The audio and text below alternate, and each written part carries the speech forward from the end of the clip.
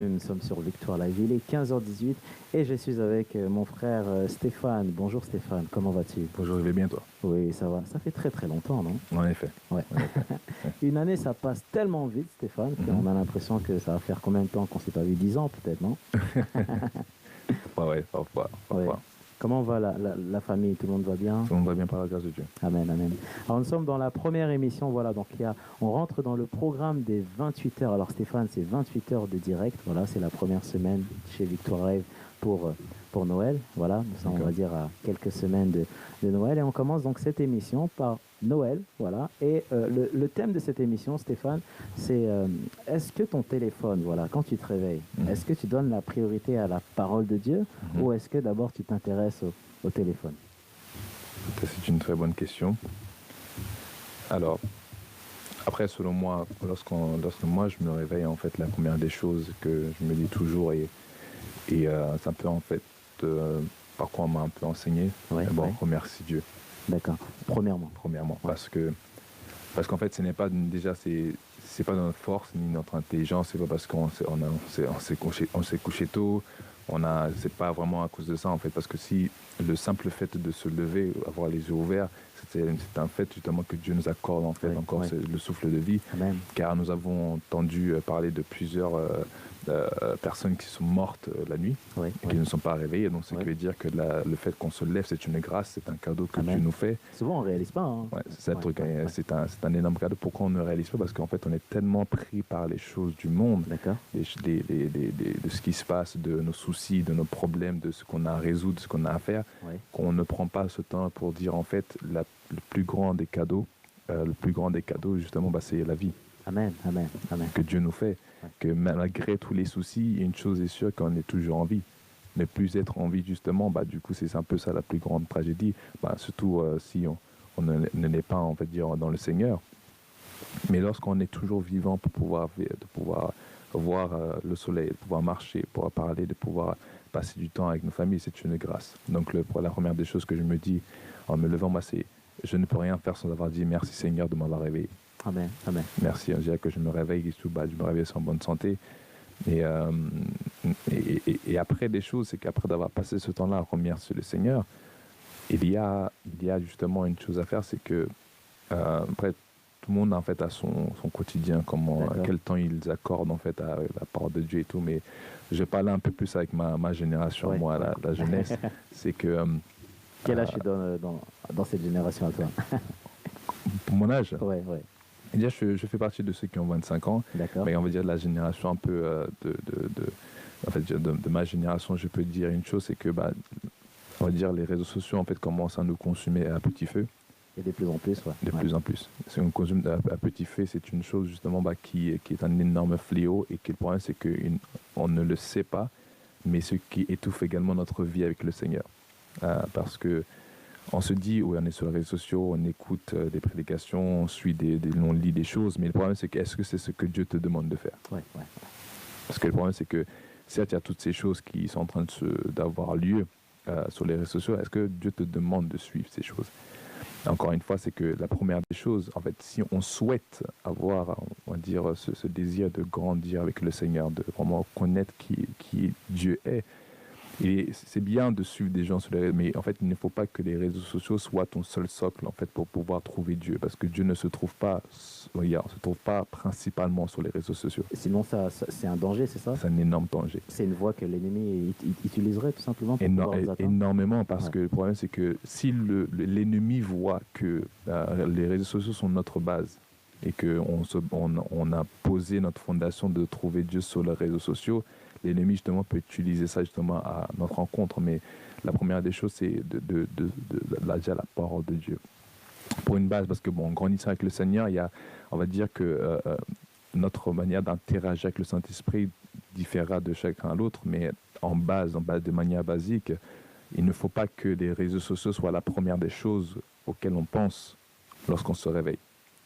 Surtout, ne pas se réveiller à dire je me réveille et tout, ah ouais, c'est vrai, j'ai oublié de commenter ce truc, j'ai oublié comment. Non, il ne faut pas, il faut que d'abord que Dieu nous consume. Ouais. Il ne faut pas que les réseaux nous consument. Sinon, c'est comme s'il y avait un problème, c'est ça?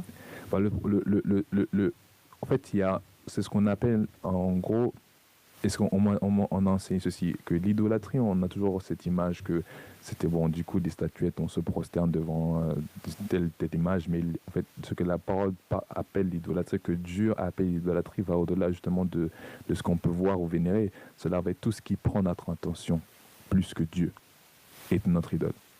Et c'est contre ça que Dieu va combattre. C'est pour ça que parfois on fait face à plusieurs...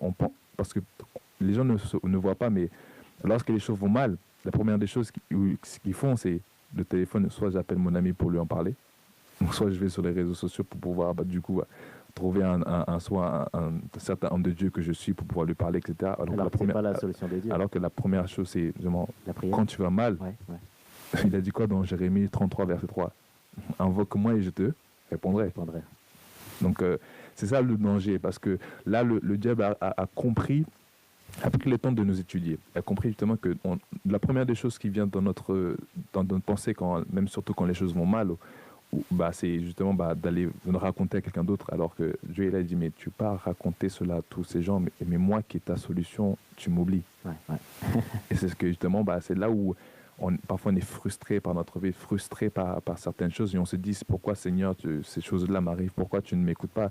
Mais Dieu dit simplement, c'est normal, parce qu'au lieu de venir à moi premièrement, tu es parti voir ton ami pensant que c'est lui ta solution, donc je t'ai laissé aller vers cet ami-là, et on va voir s'il va donner la solution. Et voilà pourquoi en fait, Jésus a dit, Matthieu 6, 33, cherchez premièrement le royaume des cieux et sa justice. C'est qu'en fait, en toutes choses, soit dans le bien ou dans le mal, pense à Dieu d'abord. Si tu réussis, et là, ça demande une énorme discipline, parce que marcher avec Dieu, c'est pas comme ça, en fait. En fait, c'est tout un travail. C'est tout un travail. C'est surtout, le problème, c'est pas, le truc, c'est que le Saint-Esprit nous a été envoyé pour ça, pour nous aider dans cette marche.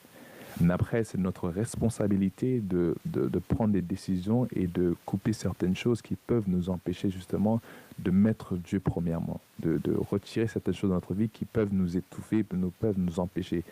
Et regardons bien la vie de Jésus. Jésus n'était pas tout le temps là à raconter sa vie à tout le monde.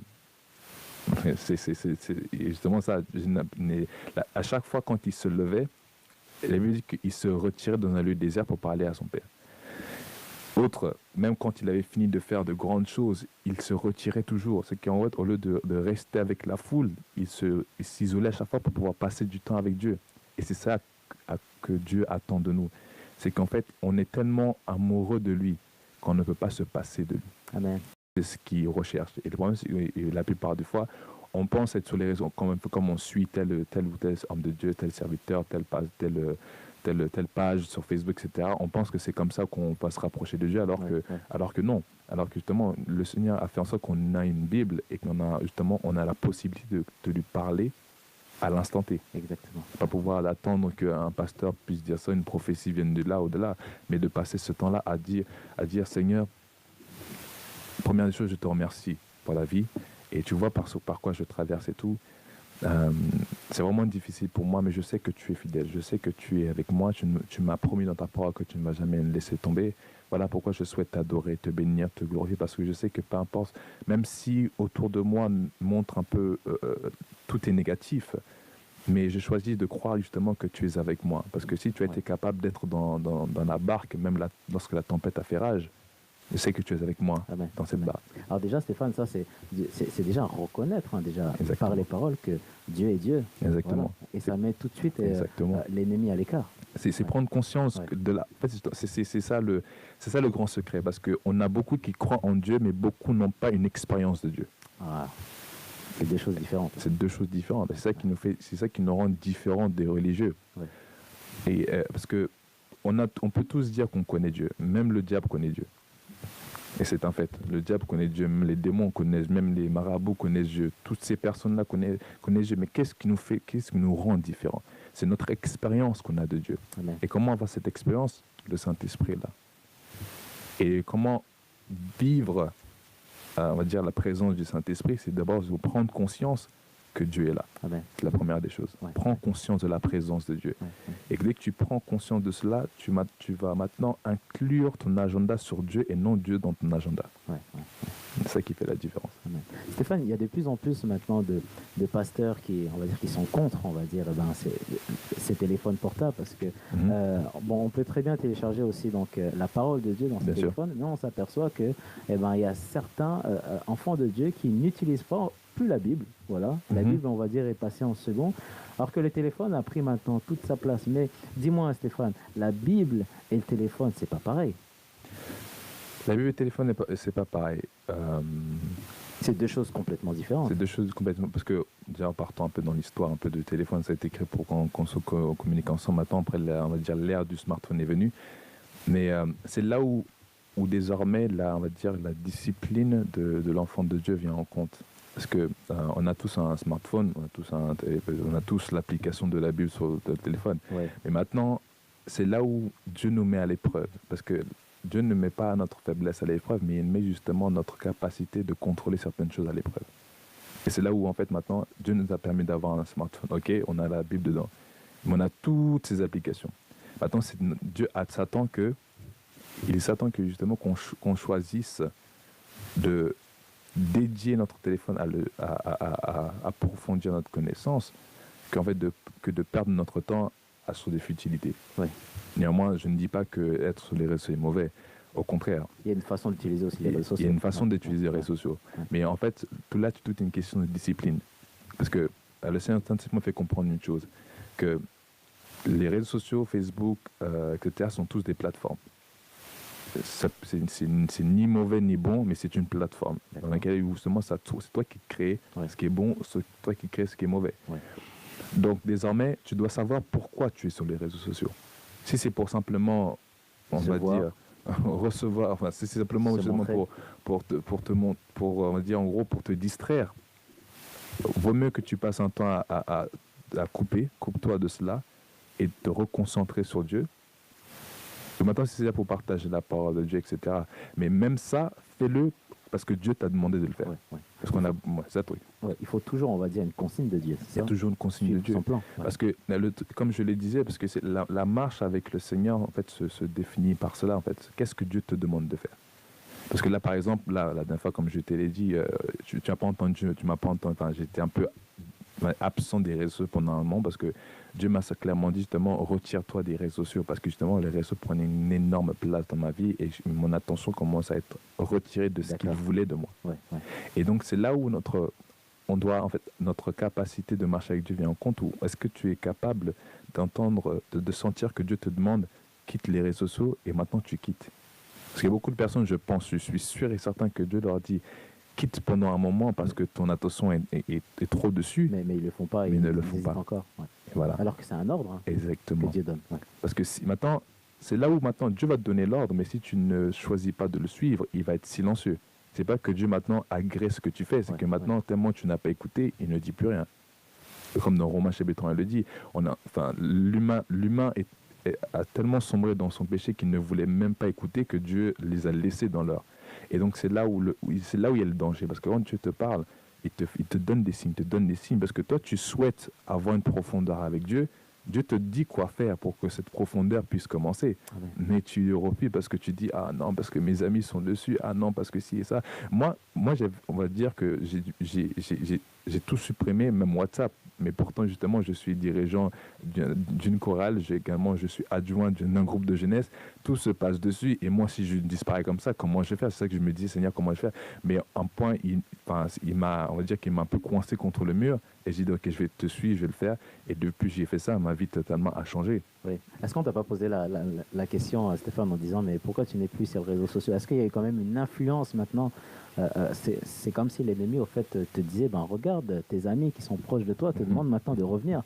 Du coup, j'ai beaucoup été tenté à revenir dessus. J'ai beaucoup été tenté à vraiment à repartir dessus. Et je dois l'avouer, ça a été vraiment difficile parce que c'était la première fois que je me coupais autant.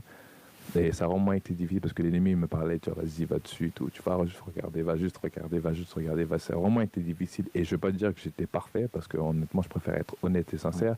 Je suis tombé plusieurs fois à repartir dessus, regarder, me disant, oui, non, mais le Seigneur me dit, mais c'est pas ce que je t'ai demandé. Et c'est là où, en fait, c'est là où maintenant notre relation avec Dieu, justement, devient réelle et sincère, parce que c'est pas maintenant Dieu n'est pas, on va dire, n'est pas loin de toi, mais est proche de toi. Tu as une conscience que Dieu est proche de toi, donc il veille sur toi, il veut ton bien, et donc c'est à toi simplement de suivre simplement ce qu'il te demande de faire. Et après, donc je me suis retiré.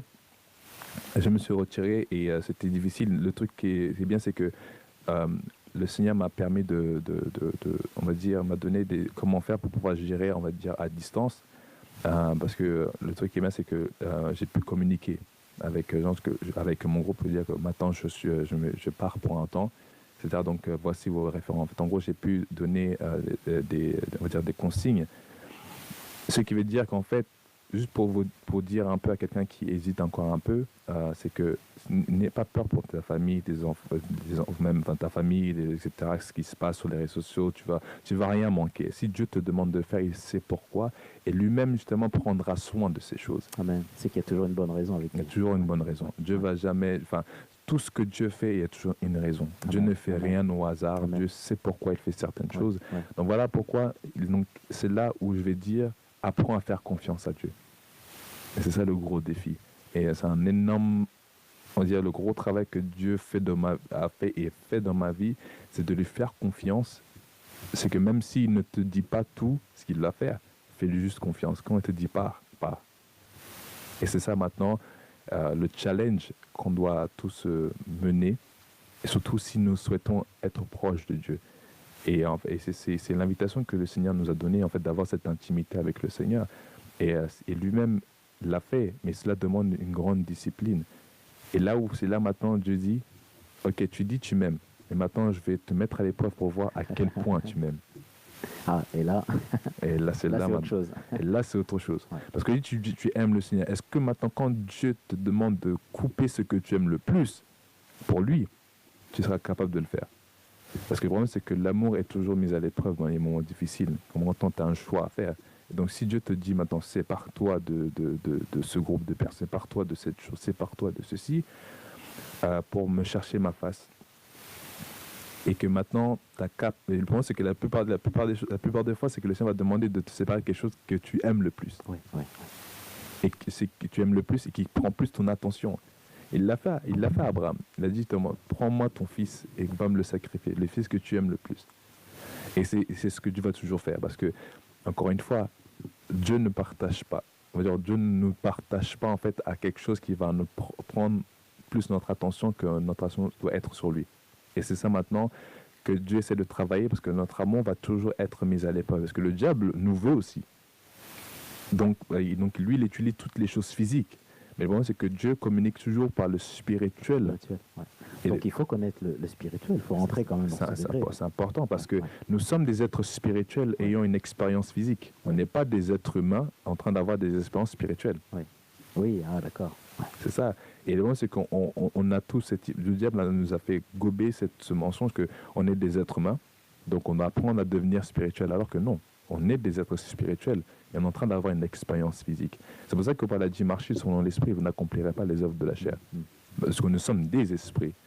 Et même Genèse dans le livre de chapitre 1, il lui dit que créons l'homme selon notre image, notre ressemblance. Et dans Jean, Jésus dit que et Dieu est esprit. Amen. Donc nous sommes des esprits habitant dans un corps. Amen. Donc c'est à nous maintenant de cultiver maintenant on va dire la vie de ce qu'on s'appelle des enfants de Dieu. Donc cultivons le caractère de Dieu, cherchons Dieu en esprit et en vérité, adorons-le justement en esprit et ayons conscience que nous sommes des esprits dans des corps. Et donc on n'a pas en fait à suivre tout ce qui se passe autour de nous parce qu'un esprit n'est pas, on va dire, soumis aux lois physiques si on est des enfants de Dieu. Amen. C'est très beau. C'est vrai ce que tu dis, Stéphane. Donc, ça voudrait dire que moi, enfant de Dieu, quand je me réveille, si je comprends bien, donc la première chose que je dois faire, c'est de prier, c'est de remercier Dieu. C'est aussi donc d'être le plus proche possible de la parole. Et ensuite, je peux très bien, en fait, commencer à m'occuper. Alors, il y avait un petit témoignage où, tu sais, il y avait une sœur qui disait à chaque fois qu'elle se réveillait, elle oubliait son téléphone portable. Elle partait au travail, elle oubliait carrément son téléphone portable. Ouais. Et elle retournait chez elle, elle était prête en fait à rater son bus, voilà.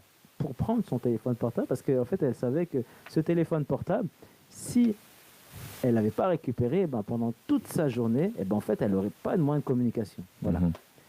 Et un jour, le Seigneur lui a dit, bon, ok, tu oublies ton téléphone, mais ta Bible, quand tu l'oublies, tu ne reviens pas. Hein. Et c'est là qu'elle a compris, elle a dit, ah oui, mais c'est vrai, Seigneur, tu as tout à fait raison. Voilà. Donc, on a mis nos téléphones en priorité. Voilà, tu oublies ton téléphone. Et même la première chose que tu fais quand tu sors, d'abord, eh ben, tu regardes ton téléphone, tu regardes tes clés. Mais est-ce que ta parole, en fait, est-ce que la parole de Dieu, tu l'as réellement dans le sac? Bon, peut-être que c'est des petites choses pour toi, mais sache que, comme notre frère vient de le dire, eh ben, la parole de Dieu. Voilà. Dieu nous demande, on a l'impression que Dieu nous demande beaucoup de choses. On a cette impression. Alors que Dieu nous a déjà tout donné. Voilà. Exactement. Maintenant, c'est à nous, Stéphane, on va dire, comme tu dis, de trier, voilà, de remettre en place l'ennemi. On peut le faire, hein, Stéphane. Voilà. Ennemi, eh ben voilà, tu n'as pas ta place ici. Exactement. Voilà. Tu t'éloignes de moi. Parce qu'ici, en fait, eh ben, c'est la maison de Dieu. Exactement. C'est pour ça qu'en fait, il est très important, même avant de dormir, eh ben, ne termine pas avec les réseaux sociaux. Voilà. Termine avec la prière. Termine dans l'adoration. Dans l'adoration, voilà. En fait, c'est surtout ça, c'est important parce qu'il y a aussi un autre domaine qui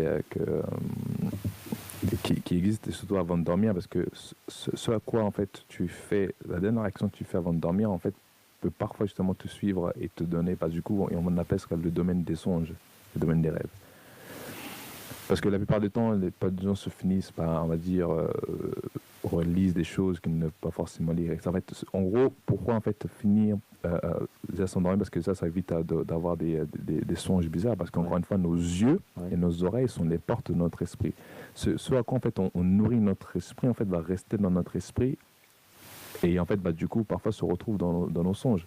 Et cela, parfois, sont des portes ouvertes pour l'ennemi pour nous donner des songes bizarres, etc. etc. C'est ce qui alimente la pensée. Exactement. Ça, le fait de voir. Exactement. Ouais. Parce qu'en fait, pourquoi? Parce que notre pensée est une terre fertile. Ouais. Toute semence, soit bonne ou mal, va germer. Et comment elle germe? Quand elle vient et qu'on prend notre temps justement à penser. Ah oui, c'est vrai, tout va mal. Enfin, en fait, en gros, méditer sur le mal, en fait, fait germer maintenant cette mauvaise semence que l'ennemi a envoyée. Voilà pourquoi il est important. Paul a dit dans le livre de Philippiens, ça c'est verset chapitre 4, il dit qu'en fait que tout ce qui est pur, saint, droit, juste, aimable, honorable, qui a de bons rapports et digne de louange, soit le sujet de vos pensées.